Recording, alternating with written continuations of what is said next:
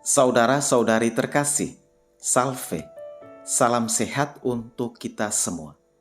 Seorang lumpuh disembuhkan oleh Yesus, itulah yang dikisahkan dalam Injil Markus pasal 2 ayat 1-12 pada hari ini.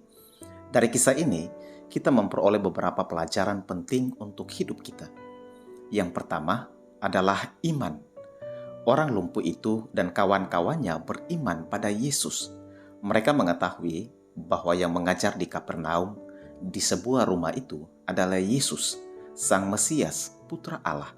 Mereka sadar bahwa pengetahuan mereka tentang Yesus itu benar dan tidak mungkin salah. Mereka tahu bahwa Yesus itu Allah dan mereka percaya pada Yesus. Mereka yakin bahwa kepercayaan mereka benar, bahwa kepercayaan mereka akurat.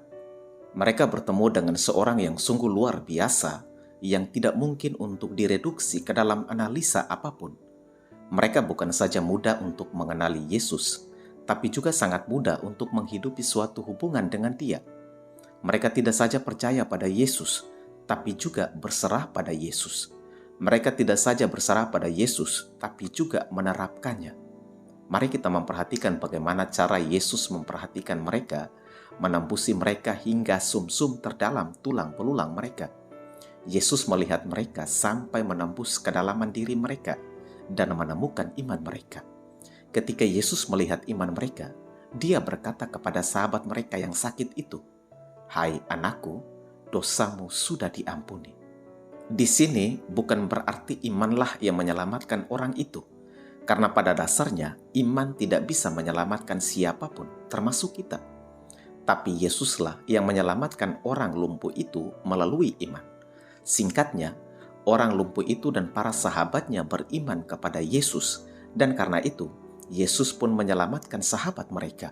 Mereka percaya bahwa Yesus bukan sekedar tukang penyembuh, tapi Dia itu Tuhan atau Allah yang berkuasa untuk menyelamatkan hidup seseorang, dan juga berkuasa untuk mengampuni dosa seseorang.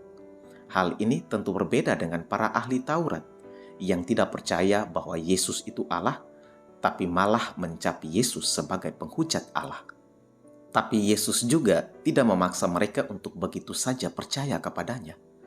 Yesus justru memberitahu para ahli Taurat yang tidak percaya itu, bahwa di dunia ini, Anak Manusia berkuasa mengampuni dosa.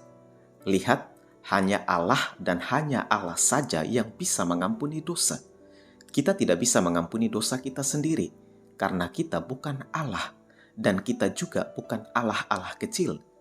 Ingat, ketika kita beriman kepada Kristus, Kristus dapat memperlakukan kemanusiaan kita sedemikian lengkap hingga ke lubuk hati kita.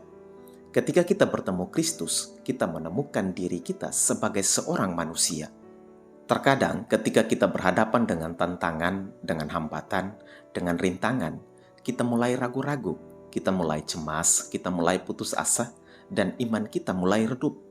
Padahal dengan iman, segala sesuatu menjadi mungkin. Tuhan dapat menolong dan menyelamatkan kita melalui iman. Iman memberi kita keteguhan dan menunjukkan kepada kita cara menjamah hati Tuhan. Kita dituntut untuk tidak saja beriman, tapi juga memiliki kasih, karena iman tanpa perbuatan adalah mati. Saudara-saudari terkasih, yang kedua adalah kasih. Kasih ditunjukkan lewat sikap tolong-menolong. Beriman kepada Kristus mesti berbuah. Buah dari iman adalah kasih. Kawan-kawan si lumpuh tidak saja percaya dan berserah pada Yesus, tapi mereka juga melakukan sesuatu.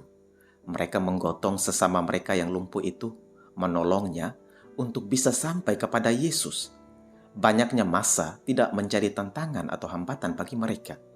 Tantangan tidak membuat mereka kehabisan akal, tapi malah sebaliknya. Mereka membongkar atap rumah itu dan menurunkan sahabat mereka yang lumpuh itu tepat di depan Yesus. Mereka percaya pada Yesus dan mereka datang pada Yesus meski ada rintangan, meski ada tantangan. Mereka datang pada Yesus meski tidak nyaman.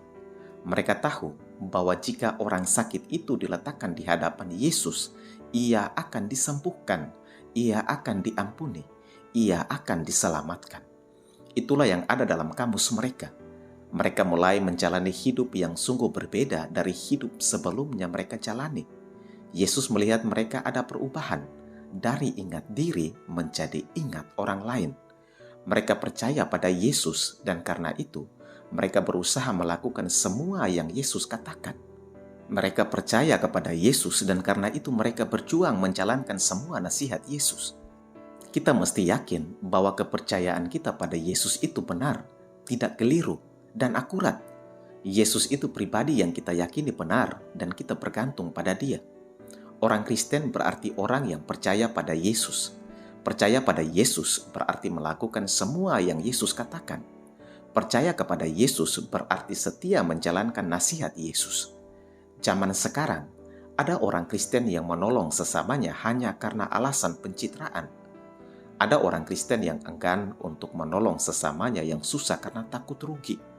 Ada juga yang menolong sesamanya hanya untuk mencari nama, popularitas, dan jabatan. Tapi kita juga harus jujur mengatakan bahwa ada juga orang Kristen yang tekun menolong sesama dan menolong dengan tulus hati. Beriman kepada Kristus berarti mengikuti jejak-jejak Kristus, mengasihi seperti Kristus. Tidak masuk akal jika kita berkata saya percaya kepada Kristus, tapi kita enggan untuk melakukan apa yang Kristus katakan. Tidak masuk akal jika kita berkata saya percaya pada Kristus, tapi kita tidak menjalankan nasihat Kristus. Pengikut Kristus adalah orang yang sungguh beriman kepada Kristus dan mampu mengasihi sesamanya seperti Kristus.